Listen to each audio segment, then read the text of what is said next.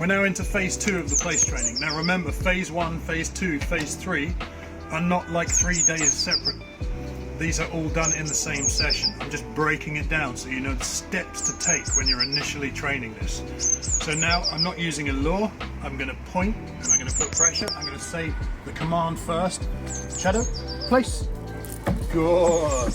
He goes onto the place, and initially I might do another break. Break. Good boy. Chip. And I will reward the break. Remember, C-H-I-P. Chip. Okay. And then I'll ask him to go back. Place. Bit of pressure. Point. Good. Now I'm going to walk around. I'm going to test him out. I want him to hold it. Now my marker, if he breaks the place, as in takes a paw off, is ah. And it's as simple as that. I then would frog march him back on. So I'm going to test him out. Good place. Tell him he's doing a great job. Good. He sat. Good place. I go in with a reward. I didn't ask him to sit. He chose to sit. So that's him saying, I'm going to be stable here. That's great. So now I'm going to wander around again. Good place. Good place. Good place. Good. He's holding the position. He's self-correcting. I'll go back in.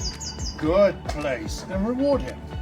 And as he's doing so well in the early stages, I'm going to say, because this is the big reward, break. Yeah. Good boy. Wow. Wow. A little bit of a food chase. Oh yeah. Good boy. Good boy. And straight back on. Place. You see how I had a bit of pressure on the lead? Just a gentle amount of pressure, and I direct with my hand every time. Yeah. Good boy. Good place.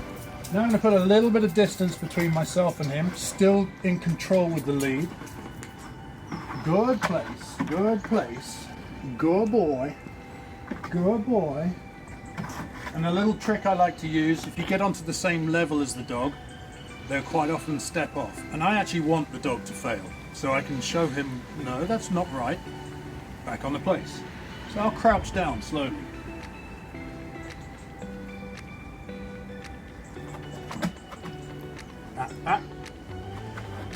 Good place. Now you see he was making a huge effort there.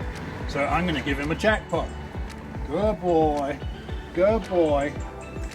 Good boy. And you saw how me crouching down was place. There you go.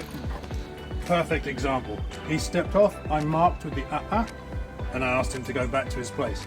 I'm not going to reward him for being back on the place now, because you can get dogs that jump off and jump on, and they'll do that for the rest of their lives. So now I'm going to leave him on there for a little bit, just a few seconds, maybe 30 seconds. He's holding it. I'll take some steps. He's holding it. Break. Good boy. What you're doing when you go back to the dog and say break and pop the lead is you're making him understand the word break.